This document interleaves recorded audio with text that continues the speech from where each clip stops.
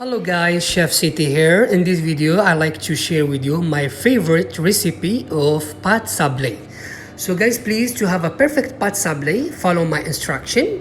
To the end of the video, I will writing down all the recipe. Also, I will go with you step by step.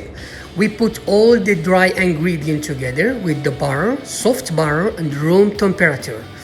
Then we mix it up together. They will give us like a crumbs. Then we add the eggs.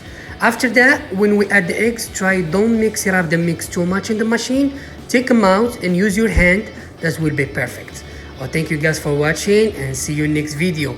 Please guys, don't forget your love and support and have a beautiful day. Thank you. Bye bye.